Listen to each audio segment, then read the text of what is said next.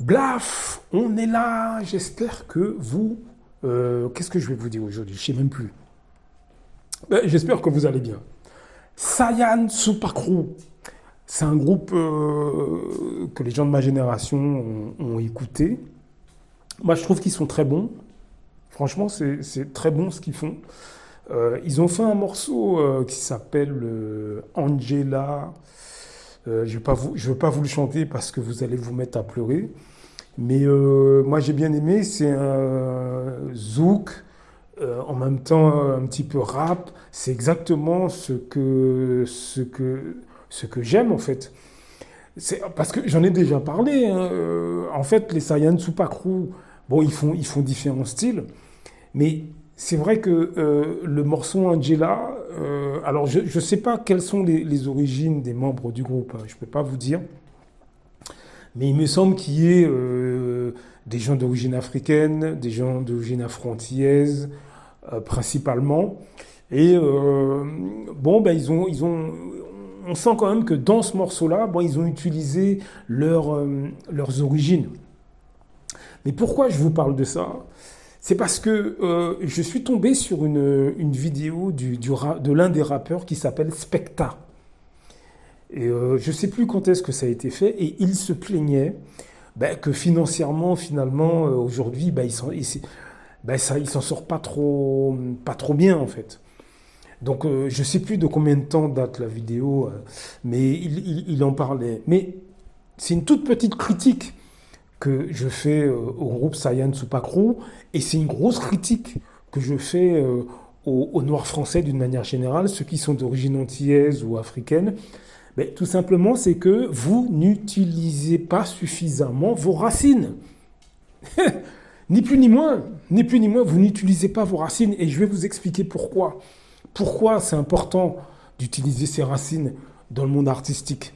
C'est parce que vous évitez la concurrence, tout simplement.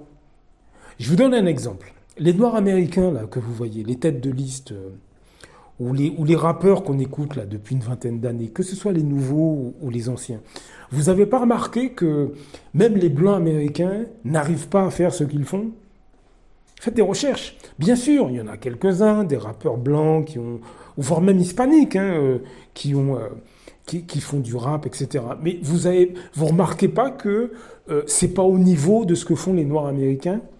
Et même les hispaniques qui font du rap, vous remarquez, ils mettent leur côté salsa dans le rap. Alors c'est pas de la salsa officiellement, mais vous sentez pas que c'est un peu différent, qu'ils adaptent à eux? Mais pourquoi, d'après vous? Pourquoi? Mais c'est parce qu'ils n'ont pas la culture des Noirs américains. Est-ce que vous comprenez ce que je veux vous dire? J'en ai déjà parlé. Est-ce que vous comprenez? Les Sayan Supakru, pour moi, je trouve que c'est un très bon groupe de rap. Mais aujourd'hui, on n'entend plus parler. Ça, c'est une chose. Mais à la limite, c'est pas grave s'ils ont les millions. Si aujourd'hui, si pendant leur carrière, ils ont fait les millions, c'est bon. Je veux dire, même si on n'en entend plus parler vraiment, ils continuent leur son, et puis voilà, puis on est content pour eux. Mais apparemment, d'après ce que le rappeur Specta disait, financièrement, ils s'en sortent pas tellement. Mais pourquoi? Parce que vous êtes remplaçables. Et encore une fois, les Sayan Supakru, c'est pas une critique, hein. Je vous critique pas. Moi, j'aime ce que vous faites. Le problème n'est pas là. Mais je parle de stratégie musicale, de direction musicale. Il y a un problème. Les Noirs français, pour beaucoup, ceux qui sont d'origine africaine ou antillaise, etc., ne veulent pas utiliser, par complexe, hein, leurs racines culturelles. Mais l'avantage d'utiliser ces racines culturelles, c'est qu'on ne peut pas vous concurrencer. Mais je vous donne un exemple. Je suis martiniquais. Okay? Chez nous, la musique traditionnelle, c'est le belay. Okay? Est-ce que vous pensez qu'un Hollandais peut débarquer en Martinique et concurrencer un musicien traditionnel martiniquais sur le belay? Non. Tout simplement parce qu'il n'a pas la culture. Et l'inverse, c'est également vrai, hein. Chez les Hollandais, je ne connais pas leur musique, mais est-ce que vous pensez qu'un Martiniquais peut débarquer en Hollande et puis se mettre à concurrencer les Hollandais sur leur musique traditionnelle? Non. Ils n'ont pas la culture. C'est aussi simple que ça. Ça veut dire que un Hollandais s'il veut concurrencer un Martiniquais dans sa musique traditionnelle, eh bien, il va falloir qu'il se lève de bonne heure, hein, le gars. Hein. Ça veut dire que vous éliminez les concurrents. Vous n'êtes pas remplaçable dans ce que vous faites. Est-ce que vous voyez là où je veux en venir? Aujourd'hui, on ne peut pas enlever les Noirs américains dans le rap et puis mettre des Blancs ou mettre des Hispaniques. Ça ne marchera pas.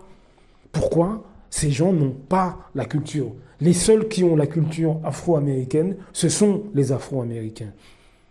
Est-ce que vous voyez ce que je veux dire? Est-ce que vous comprenez? Que vous soyez Martinique, Congo, Guadeloupe, Cameroun, Côte d'Ivoire, Bénin, Tchad, ce que vous voulez, Cap-Vert, etc., on ne peut pas vous concurrencer dans votre culture. Point barre. On ne peut pas. Ça veut dire que ce que vous allez produire avec les racines de chez vous, même si c'est du rap, même si c'est du reggae, mais tant que vous utilisez les racines de chez vous, on ne pourra pas vous concurrencer.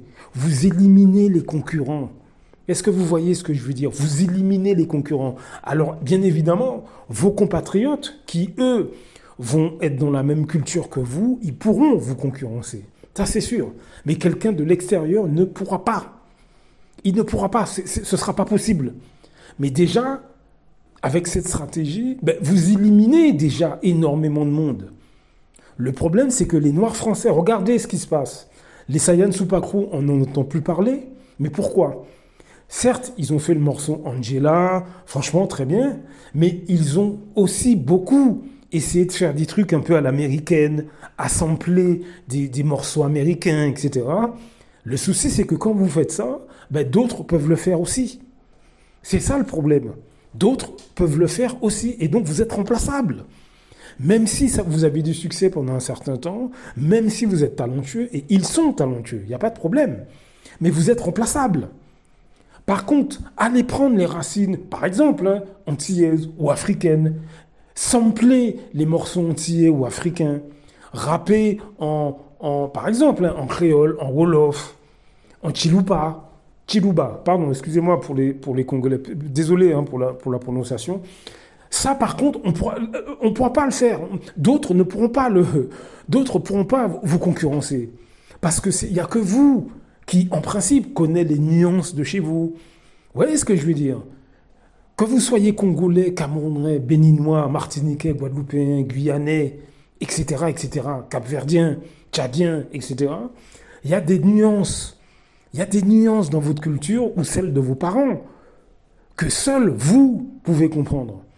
Seuls vous pouvez mettre en avant. Pourquoi? Parce que c'est votre culture. En tout cas, c'est celle de vos parents. Est-ce que vous comprenez ce que je vais vous dire, mes amis? Les Noirs américains aujourd'hui, ça va être difficile de les concurrencer. Parce qu'ils sont dans leur culture, ni plus ni moins. Mais vous savez, quand j'étais en Angleterre, mais vous savez, j'ai vu des rappeurs, effectivement, des Noirs anglais. J'ai vu, hein. Mais ils n'ont jamais essayé de concurrencer vraiment les Noirs américains sur leur terrain. Ils faisaient leur rap, hein, mais il n'y en a pas eu tant que ça. Eux, ils ont inventé leur propre style, les Noirs anglais. Ils n'ont jamais essayé vraiment de faire du rap. J'en ai déjà parlé de ça. Le Noir français a un très gros problème d'identité. Beaucoup de Noirs français ont honte de leurs origines, ont honte de leurs racines. Ils ont honte d'être vus avec des racines en France. Est-ce que vous voyez un peu le niveau de complexe d'un grand nombre de Noirs français? Alors, je ne dis pas que les Sayan Supakru sont complexés, c'est pas ce que je veux dire. Mais est-ce que vous voyez les problèmes que ça pose?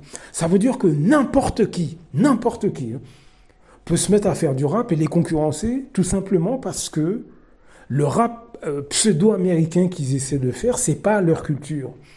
Donc n'importe qui peut venir et les copier, puisque c'est pas leur culture, n'importe comment. Mais si vous êtes Camerounais, Congolais, est-ce que quelqu'un peut vous concurrencer dans votre culture? Jamais. La musique traditionnelle congolaise, ivoirienne, béninoise. Mais qui peut vous concurrencer là-dessus? Personne. Si vous êtes martiniquais, guadeloupéen, etc., qui peut vous concurrencer sur le belé ou bien le gros cas, mes amis? Mais personne. Si vous faites du reggae avec la musique traditionnelle de chez vous, qui va pouvoir vous concurrencer? Si vous faites du rap avec la musique traditionnelle de chez vous. Vous trouvez une formule. Qui peut vous concurrencer? Personne. Mais regardez Burna Boy avec Yami Alade, les Nigérians. Ils font le tour du monde avec l'afrobeat. Qui peut les concurrencer? Mais personne. Pourquoi? C'est leur culture. Ni plus ni moins, mes amis. Ni plus ni moins. Économiquement parlant, lorsque vous allez produire votre son qui vient de chez vous, qui vient de vos racines, déjà, vous éliminez déjà beaucoup de concurrents parce qu'ils ne peuvent pas vous copier. Ils n'ont pas la culture. S'ils le font, ça va sonner ridicule. OK? Deuxièmement, vous créez votre propre niche. Les gens qui vont vous écouter, ils vont vous écouter parce que vous avez votre style propre. Alors bien sûr, vous aurez d'autres artistes de chez vous qui vont vous concurrencer. Mais ça, c'est une autre histoire. À l'échelle du monde, vous aurez votre marque, votre style. On ne pourra pas vous copier. À un tel point que j'ai vu des musiciens, notamment une femme, une Allemande, une trompettiste, qui jouait avec Maceo Parker, le funk. Ok? Elle fait des concerts chez elle de funk. Mais quand elle a besoin d'un rappeur, qui elle va appeler? Que j'ai déjà vu, hein. J'ai déjà vu des concerts en ligne où cette femme, j'ai oublié son nom, hein, elle joue en Allemagne, elle est allemande, elle fait des concerts de funk et tout ça. Mais quand elle a besoin d'un rappeur ou d'une rappeuse, qui elle va chercher? Des Noirs américains. Pourquoi? Parce qu'ils ont la culture. Elle n'a pas été prendre des rappeurs allemands. Hein. Est-ce que vous voyez ce que je veux dire? Et ça, les Noirs français de France ne le comprennent pas. En Martinique, en Guadeloupe, en Guyane, au Congo, au Cameroun, etc., vous avez des rappeurs, effectivement, qui utilisent leur culture. Et ça donne tout à fait autre chose. Ça donne tout à fait autre chose. Est-ce que vous voyez ce que je veux dire?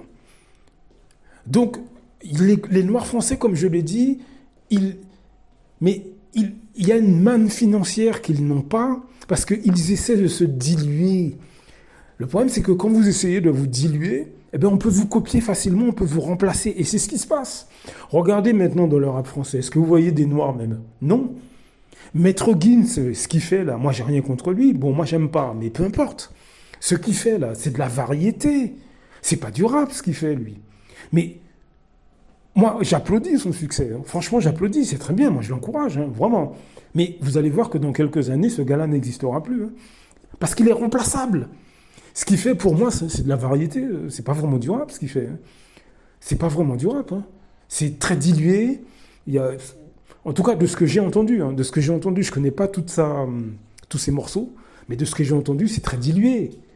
C'est très, très dilué. Vous allez voir que d'ici quelques années, on n'entendra plus parler de ce gars-là. Bon, en attendant, lui, il a fait beaucoup d'argent et je suis content pour lui. Mais artistiquement parlant, il sera copié par d'autres. Anna Kamura, c'est pareil.